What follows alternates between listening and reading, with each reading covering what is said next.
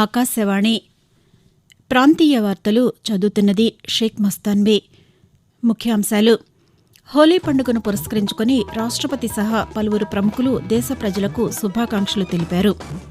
Supreme court ప్రధాన న్యాయమూర్తి justice DY Chandrachud ఈరోజు రేపు తిరుపతి, తిరుమలలో పర్యటించనున్నారు. తెలుగుదేశం పార్టీ అధినేత నారా చంద్రబాబు నాయుడు 2 రోజుల పర్యటనలో భాగంగా సొంత నియోజకవర్గమైన చిత్తూరు జిల్లా కుప్పం చేరుకున్నారు. వచ్చే నెల 5వ తేదీ నుంచి రాష్టంలో నిర్వహించనున్న ప్రచార షెడ్యూల్పై బీజేపీ రాష్ట్ర అధ్యక్షురాలు డి పురంధేశ్వరి ఆ పార్టీ నేతలతో చర్చించారు. ఈ ఏడాది జనవరిలో ఉద్యోగుల భవిష్య నిధి సంస్థలో 16 లక్షల మంది చేరారని కేంద్ర కార్మిక మంత్రిత్వ శాఖ వెల్లడించింది. వార్తల వివరాలు. రంగుల పండుగ హోలీని ఈరోజు దేశవ్యాప్తంగా జరుపుకుంటున్నారు. చిన్న పెద్ద తేడా లేకుండా ఒకరికొకరు రంగులు చల్లుకుంటూ ఆనందోత్సాహాలతో ఈ పండుగలో పాల్గొంటున్నారు. హోలీ రంగులు దేశ వైవిధ్యానికి ప్రతీకలని రాష్టపతి ద్రౌపది ముర్ము పేర్కొన్నారు. హోలీ పర్వదినాన్ని పురస్కరించుకుని దేశ ప్రజలకు ఆమె శుభాకాంక్షలు తెలిపారు. హోలీ ప్రజల ప్రేమ, ఐక్యత, సోదర భావాన్ని పెంపొందిస్తుందని, దేశ సాంస్కృతిక వారసత్వాన్ని బలోపేతం చేస్తుందని ఆమె తన సందేశంలో పేర్కొన్నారు. ఈ రంగుల పండుగ ప్రతి ఒక్కరి జీవితంలో ఆనందాన్ని తీసుకురావాలని, కొత్త ఉత్సాహంతో దేశ నిర్మాణానికి కృషి చేయడానికి మనందరికీ శక్తినివ్వాలని రాష్టపతి ఆకాంక్షించారు. ప్రధానమంత్రి, భారతీయ జనతా పార్టీ సీనియర్ నేత నరేంద్ర మోదీ కూడా హోలీ సందర్భంగా దేశ పౌరులకు శుభాకాంక్షలు తెలిపారు. అనురాగం, సామరస్యం అనే రంగులతో అలంకరించిన ఈ సంప్రదాయ పండుగ మీ జీవితాల్లో కొత్త శక్తిని, ఉత్సాహాన్ని తీసుకురావాలని ఎక్స్లో ఆయన పోస్టు చేశారు. కేంద్ర హోంశాఖ మంత్రి అమిత్ షా మాట్లాడుతూ, ప్రతి ఒక్కరి జీవితంలో హోలీ ఆనందం, శ్రేయస్సు, సామరస్యం, కొత్త శక్తిని తీసుకురావాలని ఆకాంక్షించారు. హోలీ పండుగ సందర్భంగా వైఎస్సార్ కాంగ్రెస్ పార్టీ అధ్యక్షులు, రాష్ట ముఖ్యమంత్రి వైఎస్ జగన్మోహన్ రెడ్డి, తెలుగుదేశం పార్టీ అధినేత నారా చంద్రబాబు నాయుడు ప్రజలకు హోలీ శుభాకాంక్షలు తెలియజేశారు. మన జీవితాల్లో సంతోషాన్ని, వికసించే వసంత ఋతువుకు స్వాగతం పలుకుతూ రంగుల హోలీ అందరికీ ఆనందాన్ని పంచాలని కోరుకుంటున్నామని వారు తమ సందేశంలో పేర్కొన్నారు.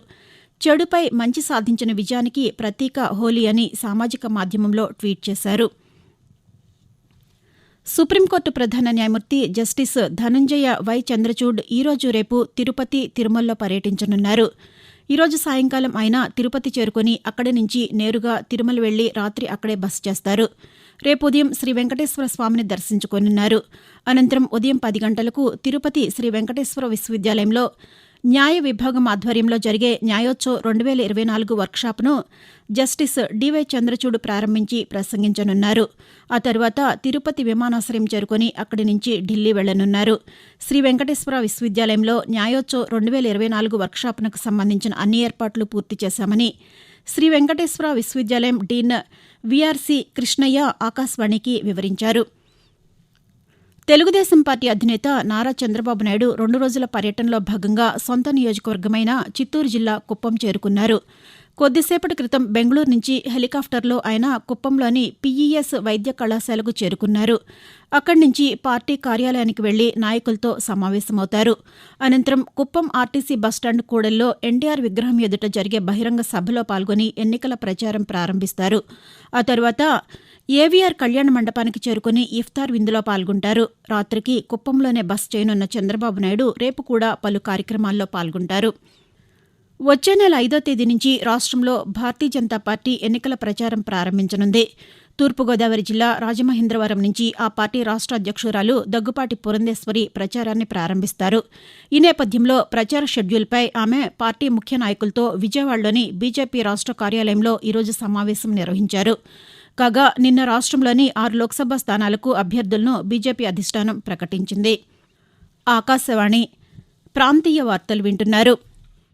ఈ ఏడాది జనవరిలో ఉద్యోగుల భవిష్య నిధి సంస్థ ఈపీఎఫ్ఓలో 16 లక్షల మంది చేరారని కేంద్ర కార్మిక మంత్రిత్వ శాఖ వెల్లడించింది. ఇందులో 8 లక్షల మంది కొత్తగా చేరారని, కొత్తగా చేరిన సభ్యుల్లో 18 నుంచి 25 ఏళ్ల వారే 56.41% మంది ఉన్నారని, వీరిలో 2 లక్షల మంది మహిళలు ఉన్నారని పేర్కొంది. కాగా జనవరిలో దాదాపు 12,17,000 మంది ఈపీఎఫ్ఓ నుంచి వైదొలిగి మళ్లీ చేరారు. పరిశ్రమలు, ఆర్థిక సంస్థలు, తయారీ, మార్కెటింగ్ సేవలు, ఆస్పత్రుల్లో ఉద్యోగాల వృద్ధి అధికంగా ఉంది. 2018 ఏప్రిల్ నుంచి కొత్త చందాదారుల గణాంకాలను ఈపీఎఫ్ఓ విడుదల చేస్తోంది. సార్వత్రిక ఎన్నికల నేపథ్యంలో తిరుపతి జిల్లా శ్రీకాళహస్తిలోని పలు సమస్యాత్మక పోలింగ్ కేంద్రాల పరిధిలో కేంద్ర సాయుధ బలగాలు ఈరోజు కవాతు నిర్వహించాయి.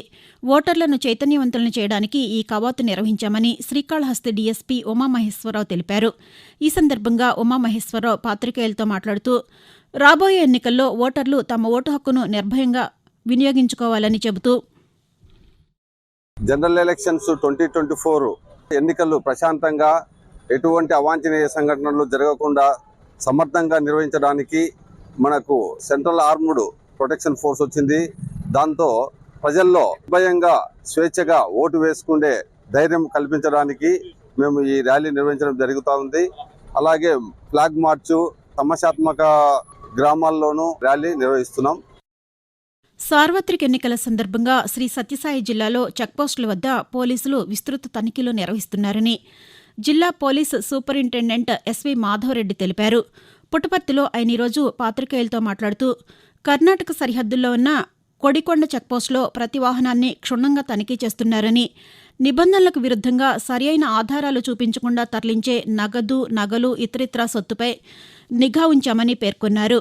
ఎన్నికల నిబంధనల మేరకు 50,000 రూపాయలకు మించి నగదు తీసుకువెళ్లరాదని, పెద్ద మొత్తంలో నగదు, ఆభరణాలు ఉంటే తప్పనిసరిగా సంబంధిత పత్రాలు వెంట ఉంచుకోవాలని ఎస్పీ స్పష్టం చేశారు. ఎన్నికల సందర్భంగా జిల్లాలోని ఓటర్ల కోసం పుట్టపర్తి కలెక్టర్ కార్యాలయంలో టోల్ ఫ్రీ నంబర్లను ఏర్పాటు చేశారు. ఓటర్లు ఏదైనా సందేహాలు, ఫిర్యాదులు ఉంటే 180042588795, 180042588796, 180042588797 నంబర్లలో సంప్రదించాలని కలెక్టర్ సూచించారు. తిరుమలలో భక్తుల రద్దీ పెరిగింది. వరుస సెలవుల నేపథ్యంలో శ్రీవారి దర్శనానికి భక్తులు భారీగా తరలివచ్చారు.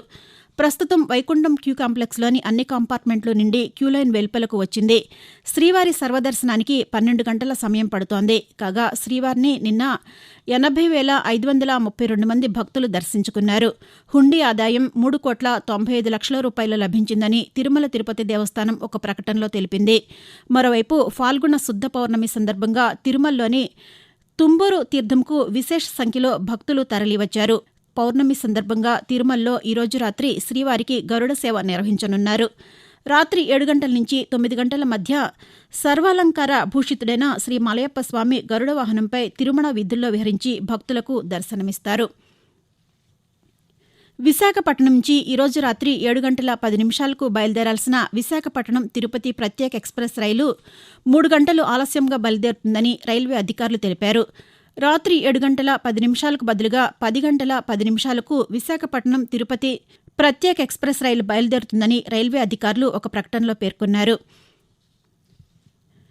బంగాళాఖాతంలోని విశాఖ తీరంలో జరుగుతున్న ఎక్స్ టైగర్ ట్రయంఫ్ 2024 సీఫేజ్ విన్యాసాల్లో పాల్గొనేందుకు అమెరికా నౌకాదళానికి చెందిన యుఎస్ఎస్ హాల్సే నౌక విశాఖపట్నం చేరుకుంది. అమెరికా నౌకాదళంలో క్షిపణి విధ్వంసకర నౌకగా గుర్తింపు పొందిన ఈ నౌకకు భారత నావికాదళ సిబ్బంది నిన్న సాదర స్వాగతం పలికారు. ప్రాంతీయ వార్తలు ముగించే ముందు ముఖ్యాంశాలు మరొకసారి. హోలీ పండుగను పురస్కరించుకొని రాష్ట్రపతి సహా పలువురు ప్రముఖులు దేశ ప్రజలకు శుభాకాంక్షలు తెలిపారు. సుప్రీంకోర్టు ప్రధాన న్యాయమూర్తి జస్టిస్ డివై చంద్రచూడ్ ఈరోజు రేపు తిరుపతి, తిరుమలలో పర్యటించనున్నారు. తెలుగుదేశం పార్టీ అధినేత నారా చంద్రబాబు నాయుడు 2 రోజుల పర్యటనలో భాగంగా సొంత నియోజకవర్గమైన చిత్తూరు జిల్లా కుప్పం చేరుకున్నారు. వచ్చే నెల 5వ తేదీ నుంచి రాష్ట్రంలో నిర్వహించనున్న ప్రచార షెడ్యూల్పై బీజేపీ రాష్ట్ర అధ్యక్షురాలు డి పురంధేశ్వరి ఆ పార్టీ నేతలతో చర్చించారు. ఏడాది జనవరిలో ఉద్యోగుల భవిష్య నిధి సంస్థలో 16 లక్షల మంది చేరారని కార్మిక మంత్రిత్వ శాఖ వెల్లడించింది. ఆకాశవాణి ప్రాంతీయ వార్తలు ఇంతటితో సమాప్తం.